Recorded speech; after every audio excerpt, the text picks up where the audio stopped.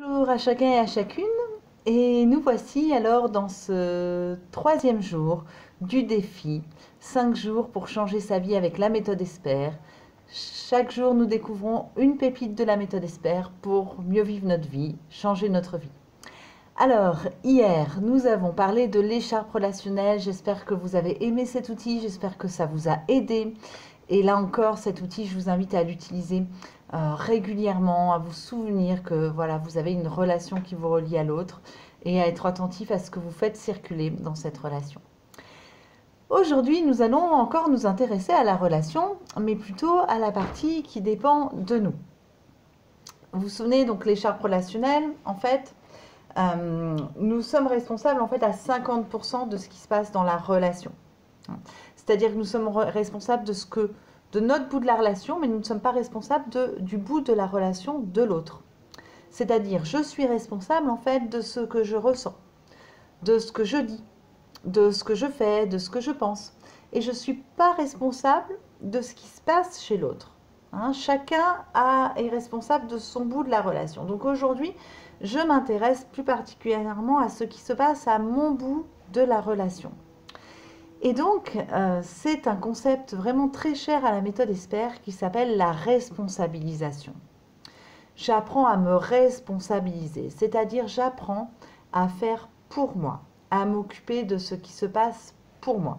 Bien souvent, nous avons tendance à accuser les autres, donc les autres, nos proches, ou la société, ou l'État, les voisins, enfin, que sais-je encore. Et nous omettons bien souvent, parce que c'est plus facile, nous omettons de prendre notre propre responsabilité. Donc, voilà, en réalité, si je vis quelque chose dans ma vie, c'est bien dans ma vie que ça se passe, c'est bien de mon ressort, c'est bien de ma responsabilité. Je ne suis pas forcément responsable de tout ce qui m'arrive dans ma vie, mais je suis responsable de ce que j'en fais.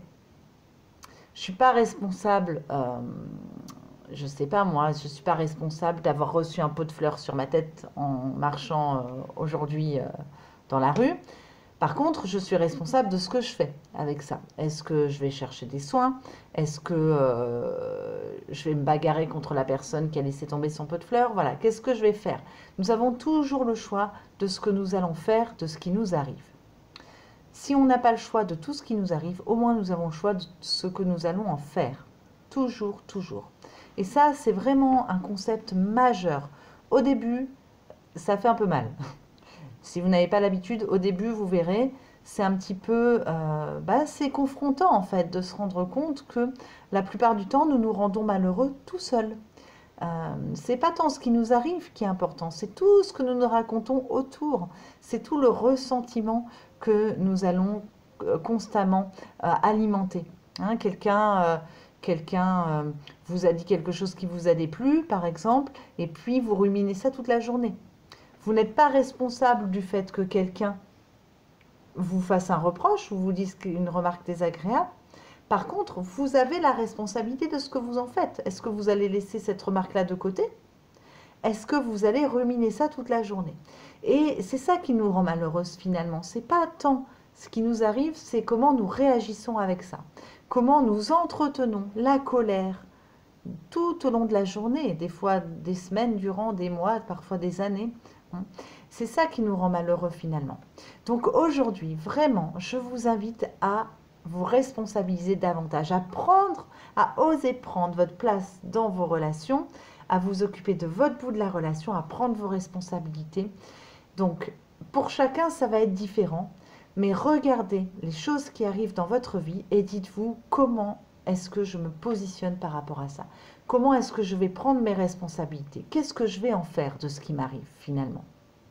C'est un exercice extrêmement puissant. Donc regardez, c'est peut-être des petites choses qui vous arrivent dans votre vie. Ça peut être par exemple, moi je prends un exemple que je donne très souvent, c'est un train qui arrive en retard. Est-ce que je passe mon temps à pester contre la SNCF, contre toutes les catastrophes qui vont se dérouler dans ma journée ensuite, ou est-ce que simplement j'accepte ce que je ne peux pas changer? Je n'ai pas le pouvoir de faire aller la SNCF plus vite, malheureusement. Mais est-ce que je suis obligée de me morfondre, de pester et d'être en colère? Je ne crois pas. Je crois que je peux choisir mon état émotionnel à ce moment-là. Je peux choisir, passer un peu la contrariété première, je peux choisir peut-être de faire autre chose, d'écouter de la musique, de lire, d'en profiter pour discuter avec une personne qui se trouve sur le quai. Que sais-je, hein? Donc là encore, je n'ai pas la responsabilité du retard du train. Par contre, j'ai la responsabilité de mon état émotionnel par rapport à ça. Je vous invite à faire la même chose pour les petites choses et les grandes choses. Et je vous invite surtout à venir en témoigner si vous voulez dans les commentaires ou vous m'envoyez un petit message. Ce sera avec grand plaisir que je vous répondrai.